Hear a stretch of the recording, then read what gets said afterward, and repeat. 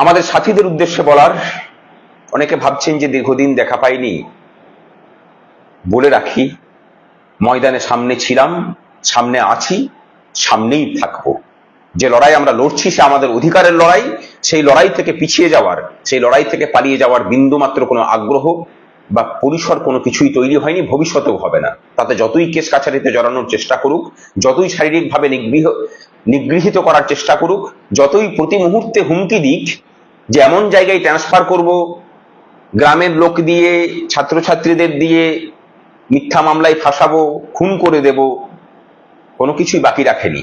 আপনাদের সামনে এসব কথা বলবো বলেই এসেছিলাম। হ্যাঁ, বিভিন্ন রাজনৈতিক নেতৃত্ব তারা প্রতি মুহূর্তে হুমকি দিচ্ছেন যে